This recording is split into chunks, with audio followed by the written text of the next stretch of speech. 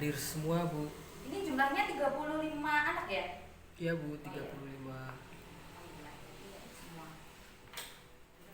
Baik, sebelum kita memulai pelajaran pada pagi hari ini, hendaklah kita berdoa bersama-sama. Dimohon ketua kelas Jamal untuk memimpin doa. Berdoa mulai. Doa selesai. Oke, sebelum kita mulai pelajaran, dimohon untuk membuka bukunya halaman 56 terkait dengan konflik sosial.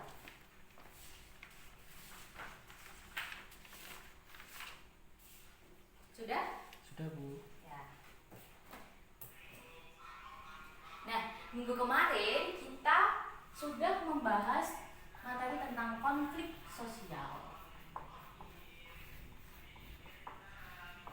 Nah, untuk yang materi pertama kita membahas tentang pengertian, kemudian penyebab.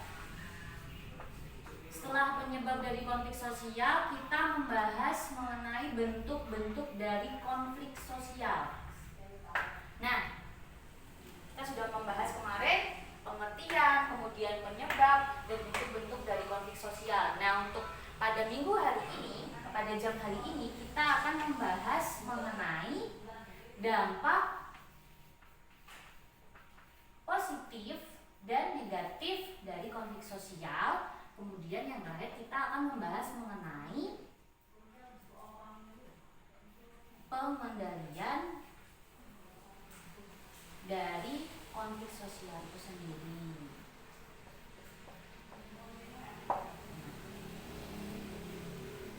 Sebelum kita melanjutkan materi selanjutnya tentang dampak dan pengendalian konflik itu sendiri, maka Ibu akan bertanya terlebih dahulu terkait dengan bentuk dari konflik sosial. Nah, ada yang masih ingat nggak salah satu contoh atau fakta yang terjadi di masyarakat tentang konflik sosial? Ada yang masih ingat? Saya, Bu Jamal. Oke, Jamal, bagaimana? Konflik antar kelas. Ya, bagaimana itu konflik antar kelas? Contohnya yang sering terjadi misalnya ketika buruh mengadakan unjuk rasa kepada pemimpin perusahaan untuk bisa menaikkan gaji.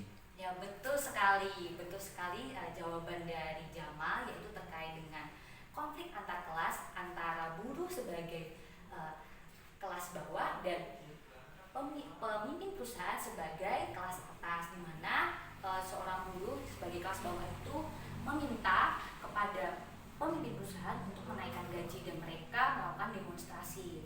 Nah, yang selanjutnya Ibu terkait dengan salah satu bentuk konflik sosial, yaitu konflik antar ras. Nah, ini tentang politik apartheid. Nah, ada yang bisa menjelaskan kepada Ibu dan ada yang masih ingat tidak terkait dengan apa sih itu politik apartheid? Ada yang ingat? Saya, Bu. Ya, tahu Sina. kan? Oh, Sina. Ya, gimana? Konflik ini sering terjadi pada ras kulit putih yang merupakan penguasaan dengan ras kulit hitam yang menjadi golongan mayoritas yang ingin dikuasai. Betul sekali jawaban dari Sina, yaitu terkait dengan konflik ras. Salah satu contohnya yaitu politik apartheid yang terjadi di Afrika Selatan, di mana ada konflik antara ras berkulit putih dan ras berkulit hitam, di mana ras kulit putih ingin mendominasi ras kulit hitam. Betul sekali. Terima kasih kepada Jamal dan Sina telah masih ingat dan menjawab pertanyaan dari Ibu terkait dengan apa sih bentuk-bentuk dari konflik sosial yang terjadi di masyarakat. Nah, selanjutnya kita akan membahas terkait dengan materi pada pagi hari ini. Oke. Kita akan membahas tentang dampak dari konflik sosial secara positif dan secara negatif. Yang pertama, secara positif. Tentunya kalau dampak secara positif itu mengarah ke persatuan dan mengarah ke sifat-sifat yang positif dan menguntungkan. Nah, salah satu contoh dampak positif dari adanya konflik sosial yaitu pertama, bertambahnya solidaritas antar kelompok. Kedua, salah satu anggota kelompok atau pribadi-pribadi tertentu menjadi kuat dan tahan uji terhadap permasalahan yang ada. Dan yang selanjutnya, timbullah kerjasama antara anggota kelompok. Itu dampak positif dari konflik sosial. Ada yang ditanyakan tidak terkait dengan dampak positif? Baik, tidak ada ya. Tidak ada. Oke, yang selanjutnya dampak negatif dari konflik sosial. Dampak negatif dari konflik sosial. Nah, dampak negatif pasti tentunya berlawan dengan dampak positif, di mana dampak negatif lebih mengarah ke perceraian, lebih mengarah ke negatif dan berdampak negatif kepada masyarakat.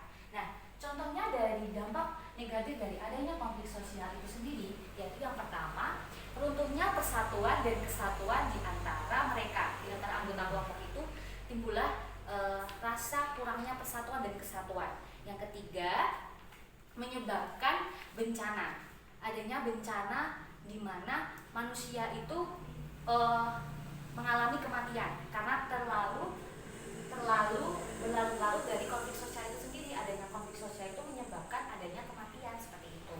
Dan yang ketiga, timbulnya rasa hilangnya solidaritas antar kelompok seperti itu. Ada yang ditanyakan terkait dengan dampak negatif? Belum, Bu. Ya, baik. Yang selanjutnya kita akan membahas tentang pengendalian dari konflik sosial. Nah, kalau pengendalian dari konflik sosial itu dalam sosiologi disebut dengan akomodasi. Akomodasi. Nah, akomodasi ini sendiri merupakan salah satu bentuk untuk menyelesaikan suatu pertentangan atau konflik sosial yang terjadi di masyarakat. Nah, kita akan membahas mengenai bentuk-bentuk dari akomodasi itu sendiri. Nah, yang pertama ada mediasi, ada arbitrasi. Nah, kita akan membahas arbitrasi terlebih dahulu. Nah, arbitrasi adalah salah satu bentuk akomodasi di mana dibutuhkannya pihak ketiga untuk mengambil keputusan. Jadi dalam suatu konflik itu, dalam arbitrasi itu dibutuhkan pihak ketiga untuk mengambil keputusan pada suatu pertentangan yang terjadi antara kelompok. Kemudian yang kedua itu mediasi. Kalau mediasi itu sebaliknya dari arbitrasi, masih sama, tetapi mediasi ini pihak ketiga itu tidak berwenang dan tidak berwenang untuk mengambil keputusan. Begitu. Ada yang belum paham terkait dengan arbitrasi dan mediasi atau sudah paham? Sudah, Bu. Oke. Nah, yang selanjutnya adjudikasi. Adjudikasi. Oke, kalau adjudikasi adalah salah satu bentuk akomodasi di mana dalam perselisihan itu melalui jalur hukum. Jadi kalau bentuk akomodasi itu, jadi bentuk adjudikasi itu perselisihan itu diselesaikan secara hukum seperti itu. Nah, yang selanjutnya ada stalemate. Nah, kalau statement ini adalah salah satu bentuk akomodasi di mana masing-masing pihak itu sudah berada pada kekuatan yang seimbang, sehingga mereka sudah berada di kekuatan seimbang kan. Jadi penyelesaiannya itu berhenti dengan sendirinya seperti itu. Ada yang ditanyakan terkait dengan bentuk-bentuk dari akomodasi? Belum ada, Bu. Jadi sudah jelas ya? Sudah, Bu. Oke. Nah, sebelum Ibu menutup pembelajaran pada pagi hari ini terkait dengan dampak positif, kemudian dari bentuk-bentuk akomodasi, Ibu akan memberikan tugas kepada kalian. Nah, tugasnya itu sebentar. Tugasnya terkait dengan bentuk-bentuk pengendalian konflik, yaitu akomodasi. Jadi bentuk-bentuknya ada mediasi, ada arbitrasi, ada adjudikasi, dan ada stalemate. Nah, di sini ada 35 anak ya? Ya, Bu. Ya. Nah, 35 anak nanti berarti kita bagi menjadi 4 kelompok. Nanti salah satu ada yang 9 anak ya. Ya. Ya, berarti kan nanti masing-masing kelompok 8, kemudian ada yang 9 anak seperti itu. Nanti soalnya terkait dengan mediasi, arbitrasi nanti saya kirimkan kasih ke itu ya, Jamal ya. Baik, Bu. Sebagai kepala kelas.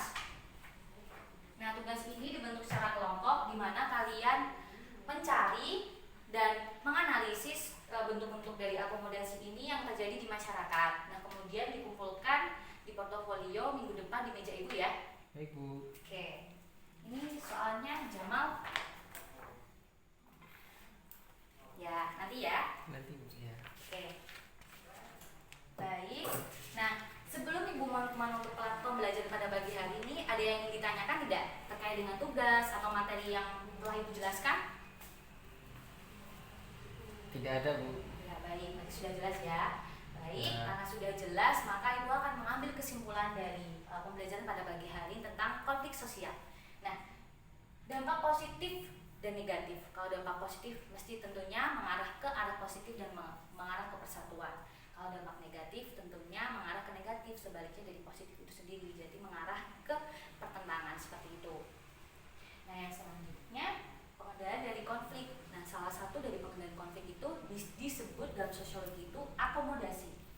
Nah, kalau bentuk-bentuk dari akomodasi itu salah satunya ada mediasi, arbitrasi, ada stalemate, dan ada adjudikasi.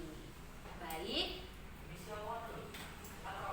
cukup sekian materi pembelajaran pada pagi hari ini. Semoga bermanfaat bagi kita semua, dan Ibu pesan kepada kalian untuk selalu jaga kesehatan dan jangan lupa belajar. Baik Bu. Cukup sekian. Wassalamualaikum warahmatullahi wabarakatuh. Waalaikumsalam warahmatullahi